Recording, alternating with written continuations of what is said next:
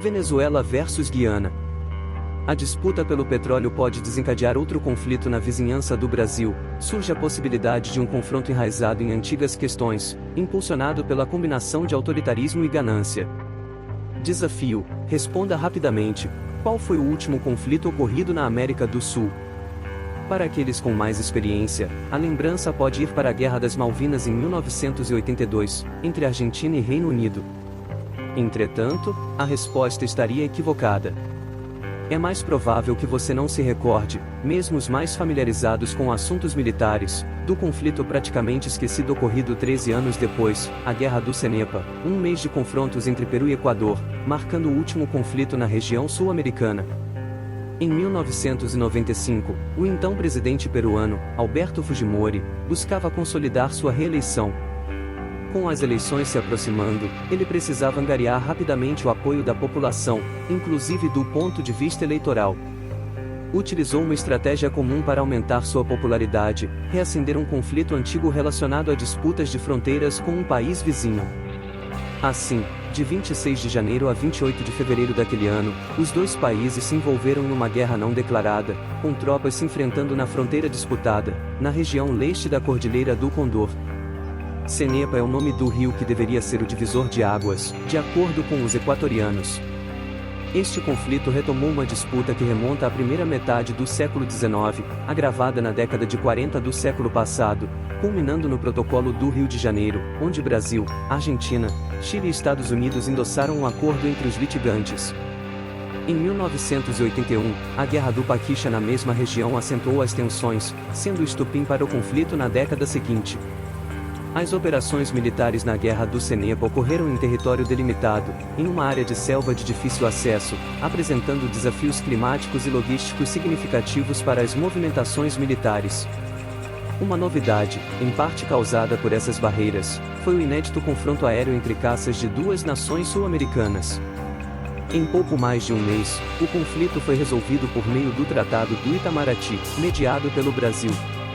3 anos depois, a Ata de Brasília foi assinada com um aperto de mãos entre o já reeleito Fujimori e seu colega equatoriano, Jamil Mahuad.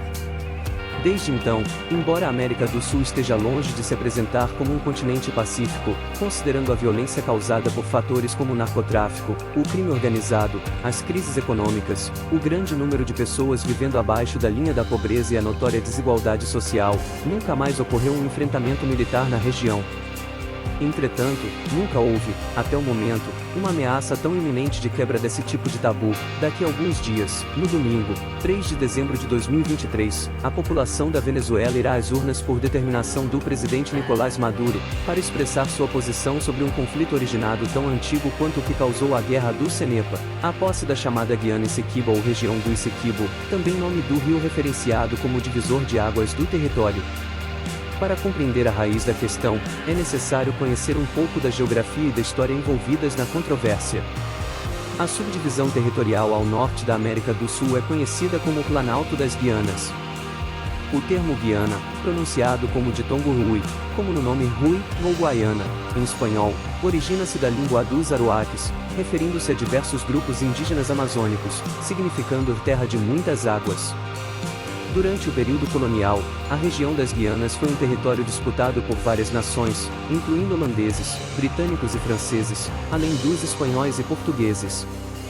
O Planalto foi dividido, resultando, de leste para oeste, em uma porção brasileira que hoje é o estado de Roraima, a região administrativa da Venezuela chamada Guaiana, a Guiana, antiga colônia britânica, onde ao leste do rio Essequibo está a Guiana Essequiba, a área reivindicada pela Venezuela e que será submetida ao referendo de Maduro. Em seguida, o Suriname, anteriormente a Guiana holandesa, a Guiana francesa, território ultramarino da França, e o Amapá, outro estado brasileiro, conhecido no passado como Guiana Portuguesa. A região, pouco destacada durante a colonização portuguesa e espanhola, voltou a ser disputada no século XIX com a independência de vários países. A independência da Venezuela em 1824 marcou o início do não reconhecimento do país da região da Guiana até o rio Essequibo como pertencente ao vizinho. Vários momentos de agravamento ocorreram, e em 1835, a demarcação foi realizada a pedido do governo britânico pelo alemão Robert Schomburg. Ele estabeleceu a terra entre os rios Orinoco e Essequibo como pertencente ao seu cliente. O conflito entre o Reino Unido e a Venezuela teve um ponto crucial na década de 1890, quando uma corte arbitral foi instalada por sugestão dos Estados Unidos. O Tratado de Washington, assinado em 1899, estabeleceu a vitória britânica. Um novo questionamento dos venezuelanos ocorreu em 1962, informando ao secretário-geral das Nações Unidas sobre a disputa com o Reino Unido. O país buscava um acordo, recusado pelo colonizador da Guiana, para quem o assunto estava encerrado desde o tratado do final do século anterior. A intervenção da ONU resultou no Acordo de Genebra, em 1966, assinado também pela Venezuela, estabelecendo que uma comissão resolveria o caso em 4 anos. No entanto, a Guiana se tornou independente meses depois, e o acordo não foi concluído. A questão parecia ter se encerrado, reforçada em 2004 após uma visita oficial do então presidente Hugo Chávez à Guiana. Entretanto, um fato mudou o curso da discussão.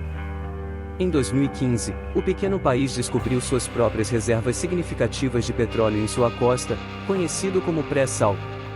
Além disso, o óleo encontrado é de alta qualidade, superando em muito a quantidade abundante existente na Venezuela. As reservas de petróleo são consideradas de rápido potencial de expansão nos próximos anos, indicando a possibilidade de a Guiana se tornar o maior produtor mundial de petróleo, superando o Kuwait. A descoberta, naturalmente, reacendeu as preocupações de um governo ditador como o de Nicolás Maduro, especialmente com as negociações do país vizinho com a ExxonMobil, gigante petrolífera dos Estados Unidos, que investe na região guianense. Para o presidente autoritário, ou ditador, isso representa mais um avanço do imperialismo sobre o patrimônio de sua pátria. Que o povo decida o destino da Guiana Essequiba. Muito dinheiro está circulando para comprar políticos e políticas da ultradireita para se oporem ao referendo e enfraquecer e dividir novamente a Venezuela, declarou Maduro na semana passada. Nesse contexto, a Guiana já levou o caso à Corte Internacional de Justiça, CIJ. O presidente do país, Irfan Ali, lidera forças militares limitadas, sem divisões distintas para exército, marinha e aeronáutica. São cerca de 4,5 mil homens pouco treinados, sem avião de combate ou embarcação militar, possuindo apenas alguns blindados. Por outro lado, apesar do sucateamento recente dos equipamentos ultrapassados, a Venezuela ainda mantém uma força militar relativamente adequada para os padrões sul-americanos, destacando-se os caças Sukhoi de origem russa, que poderiam representar uma ameaça mesmo para um país mais estruturado. Como o Brasil, especula-se que eles tenham 300 mil militares. O referendo é um espetáculo para os guianenses. As chances de a população rejeitar as pretensões de Maduro são equivalentes às da Guiana, com seu poderio, vencer um conflito armado com a vizinha. Seria como esperar a vitória de um Uno Mille sobre uma Ferrari, ou, para uma comparação mais apropriada, a de um velocípede sobre o mesmo Uno. A decisão sobre um ataque, portanto, está nas mãos do presidente venezuelano. Ele possui, essencialmente, os mesmos motivos históricos que levaram Vladimir Putin a invadir a Ucrânia. No entanto, não se espera a mesma reação global a um possível ataque. A Guiana talvez pudesse contar com o apoio dos Estados Unidos contra uma investida, um aviso em forma de ultimato para qualquer movimentação das forças de Maduro poderia ser eficaz. E onde o Brasil entra nessa guerra? Ou possível guerra? Muito bem, para o exército venezuelano poder atacar a Guiana por terra, a única passagem seria por terras brasileiras. Isso mesmo, lá, já tem um grande número de soldados brasileiros para proteger nossas fronteiras.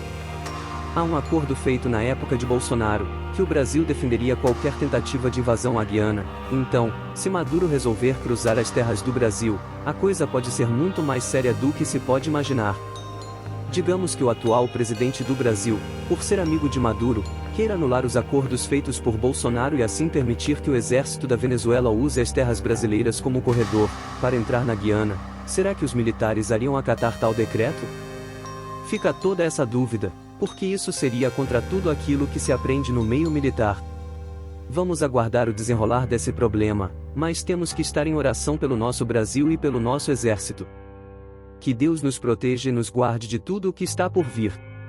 Se inscreva no canal, que é voltado apenas para mensagens de fé, porém, abrimos uma exceção, por se tratar de um assunto tão sério. Um abraço a todos.